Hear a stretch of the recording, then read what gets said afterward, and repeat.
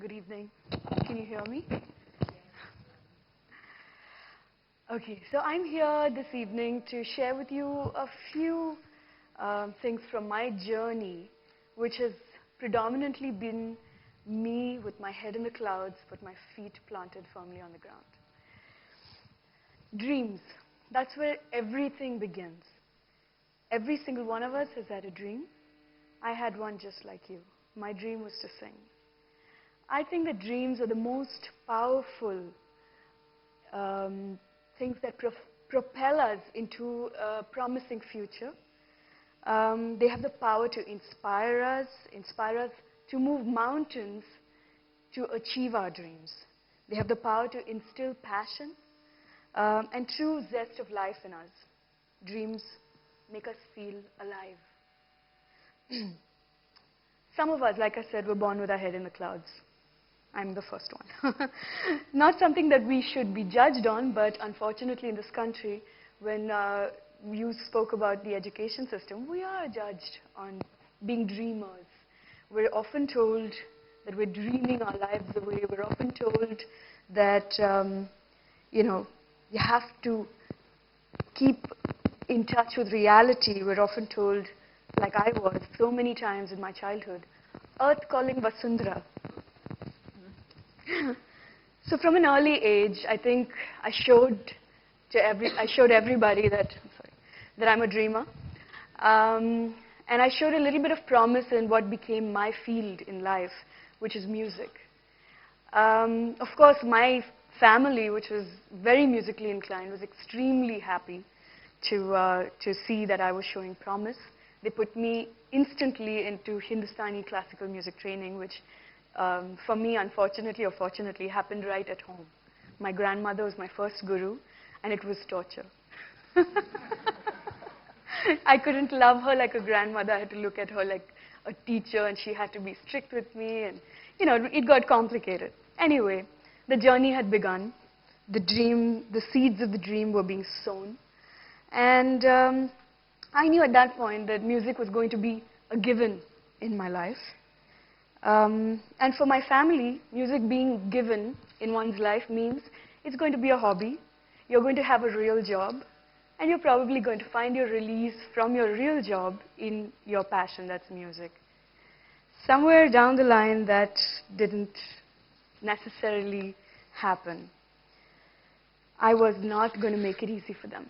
So every single year, I came up with these alternate passions or alternate career plans and things like that. And so let me show you some examples.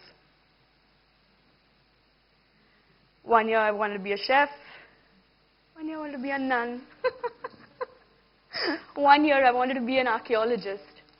But of course that dream kind of evaporated when I was confronted by the fact that I was going to be sharing space with lizards, snakes, and others that I wasn't very, very passionate about.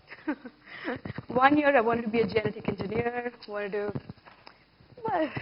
at least I was inquisitive, at least I wanted to be these different things, but all the while I still wanted to be a musician. All of these yearly fantasies of mine continued to inspire me and send me down these different paths of discovery until one thing happened. I went on this life-changing journey to the US. I was 11 years old, had only listened to Hindustani classical music, had thought of becoming a ghazal singer at the tender young age of maybe 8 or 9, not known what other shores awaited my ship to land. And then, of course, on this trip, I discovered Elvis. Elvis was my first true love. But unfortunately, he had died the year I was born. And at 11, I didn't know. So I was really and truly heartbroken when I found out he was dead. Anyway, so I think he was a catalyst. He pushed me to listen to a whole different array of styles of music that I'd never been or had the opportunity to be exposed to. Jazz, blues, rock and roll, R&B, funk, pop. It was all on the radio. And here I was with one station that sometimes played Kishore Kumar here in India when I was growing up, or maybe Mohammed Rafi, or whoever was the singer of that time. So here I was encountered by these sonic worlds that were so different from where I had grown up. They were unbelievably magical, and for once, I was pretty clear on what I wanted to be. I wanted to be a musician. I knew that day. I knew that on that trip. And this revelation, after this revelation, everything that I encountered, it has been pretty much a blur. I have known that was my calling from that day on. And most of my life's decisions have been taken knowing this fact. For example, taking the decision of which college I want to go to, when the time was right. And I chose that because there was a music association in the college that I finally picked and finally got into and went to.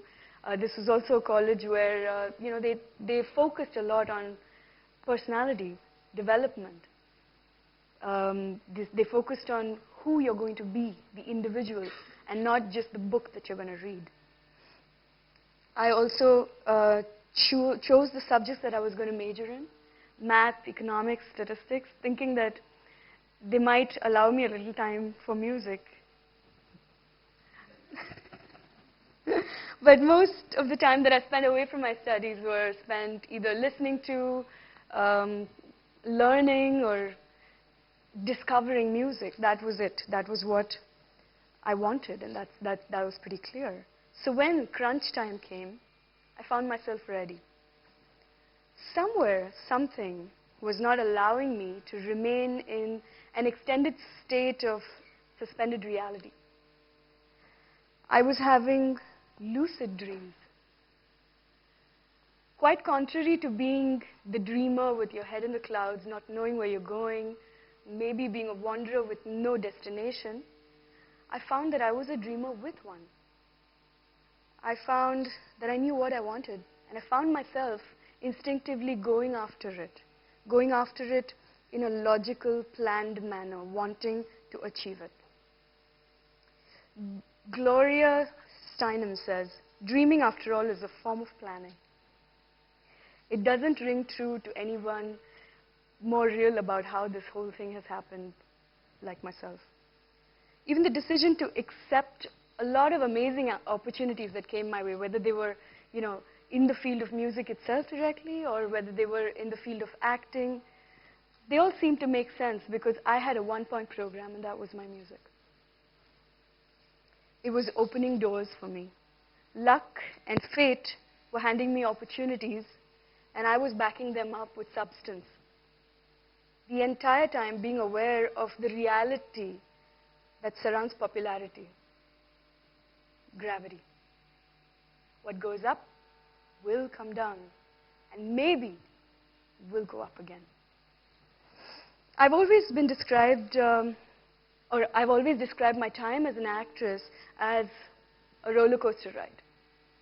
I guess it holds true for all of our lives, whatever we do. But in this particular field, there are some amazing highs, and there are some incredible lows. But people only hear about the highs. That's what the business wants to show you. So the lows, and I had a whole lot of them, are really what align your priorities. And they bring forth what is important and what you, as an individual that's behind what you're going to do, must do next. And that's exactly what happened to me. Yeah.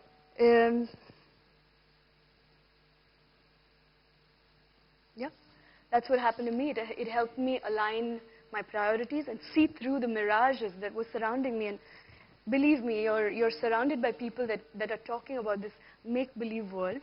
It's a beautiful place. It's shiny and sparkly all the time. But somewhere, if you don't keep your feet on the ground, you will lose sight of your reality. So my lows helped me take a long, hard look at who I was becoming as a musician and as a human being. And it made me realign my direction and do what I felt had been coming for a long time. I had to stop, I had to reflect, and I had to introspect. the Dalai Lama says, remember that not getting what you want is sometimes a wonderful stroke of luck. This brings bitter memories to mind and a beautiful smile to my face. The memory is of a hurt rejection on the basis of my origin, which I don't really want to go into because it's quite negative and it's quite intense. But the smile is about how I was able to triumph over this rejection. The triumph came in song form.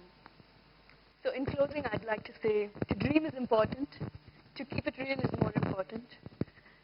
So to all of you, go ahead, stick your head in the clouds, but keep your feet firmly planted on the ground.